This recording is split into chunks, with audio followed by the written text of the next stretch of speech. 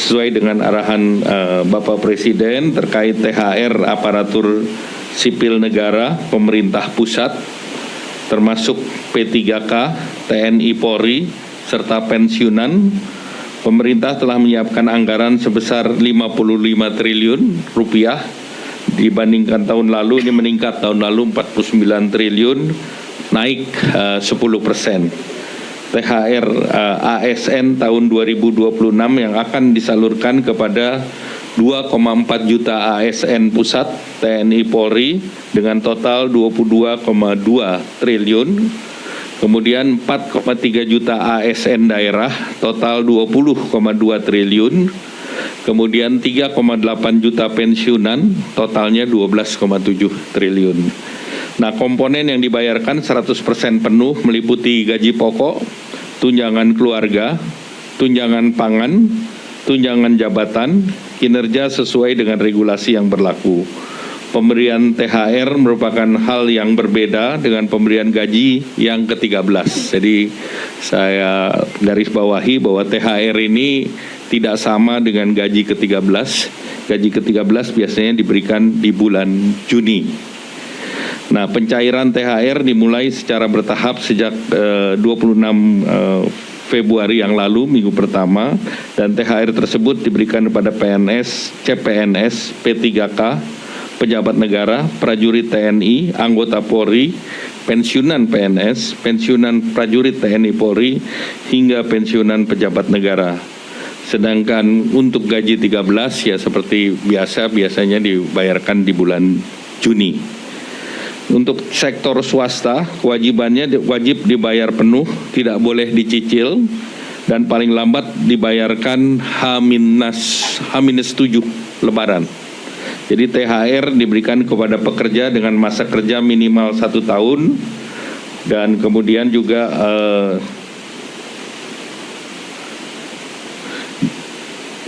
jumlahnya minimal jumlahnya adalah 1 bulan upah.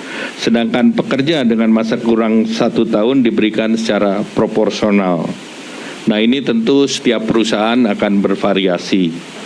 Nah, berdasarkan data dari BPJS Ketenagakerjaan, penerima upah yang tercatat adalah 26,5 juta pekerja, dan diperkirakan jumlah THR yang dibayarkan senilai 124 triliun rupiah untuk THR sektor swasta, dan ini diharapkan bisa mendorong konsumsi nasional secara signifikan. Kemudian bonus hari raya untuk ojol, ini bonus hari raya ini telah dilakukan dengan komunikasi intensif dengan para aplikator, dan alhamdulillah komitmen kuat dari para aplikator juga diwakili dengan yang hadir pada pagi hari ini. Jumlah yang diberikan ini BHR tahun 2025 bisa mencakup kepada sekitar 850.000 mitra penerima atau pengemudi dengan nilai total 220 miliar, dan ini 2 kali dari tahun lalu. Tahun lalu itu sekitar 110 miliar dari masing-masing aplikator seperti Goto dan Grab. Tahun lalu menyediakan 50 miliar masing-masing. Tahun ini 100 sampai 110 miliar, meningkat 2 kali, dan penerimanya juga menerima masing-masing 400.000. Maxim juga memberikan kepada 51.000 mitra sebagai penerima BHR. Tahun lalu 1.000 mitra, jadi Maxim meningkatnya juga besar, 51.000. Kemudian InDrive juga memberikan sekitar 500-an. Nah, kami mendorong penyaluran dilakukan lebih awal, H-14 atau paling lambat H-7 sebelum Idul Fitri.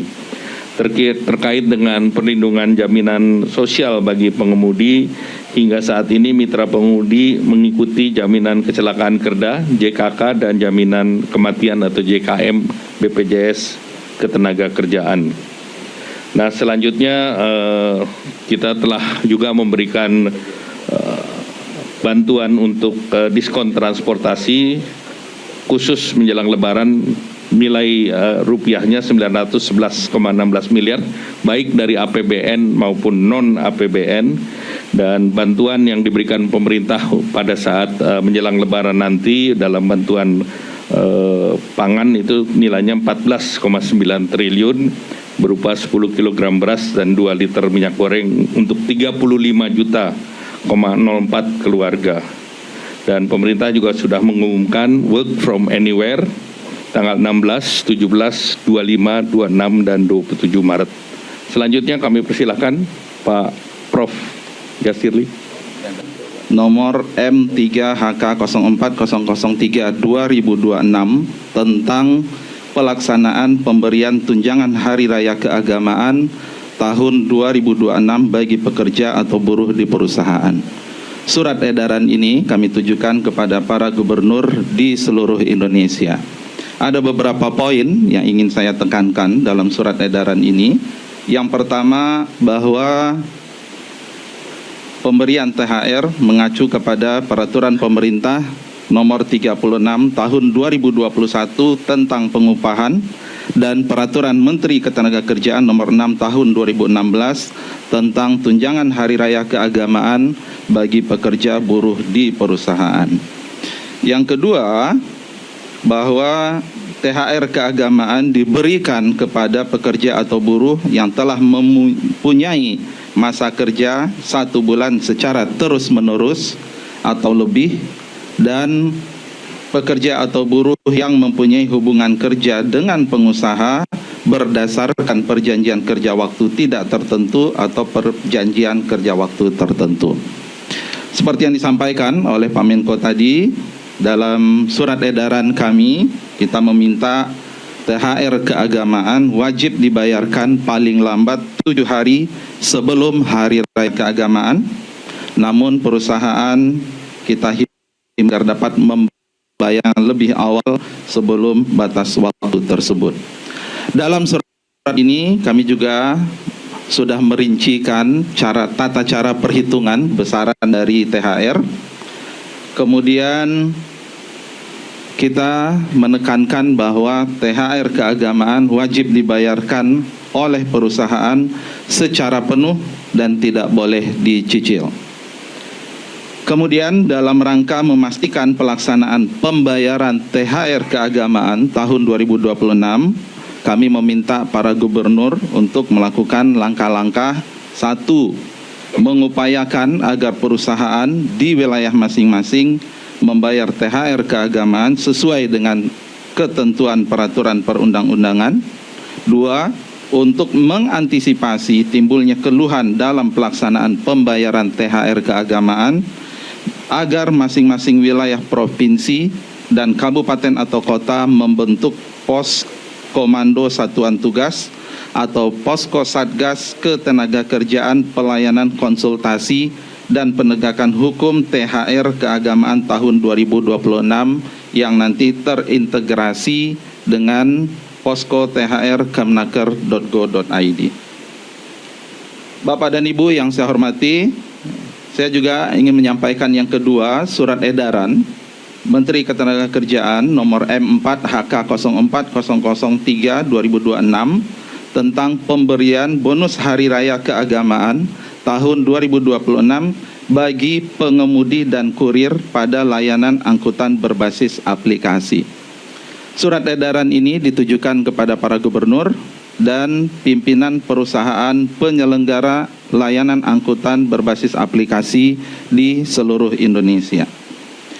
Sebagai wujud kepedulian kepada pengemudi dan kurir pada layanan angkutan berbasis aplikasi atau pengemudi dan kurir online dalam menyambut Hari Raya Keagamaan dan untuk mendorong peningkatan produktivitas pengemudi dan kurir online, sekali lagi pemerintah menghimbau kepada perusahaan penyelenggara layanan angkutan berbasis aplikasi untuk memberikan BHR.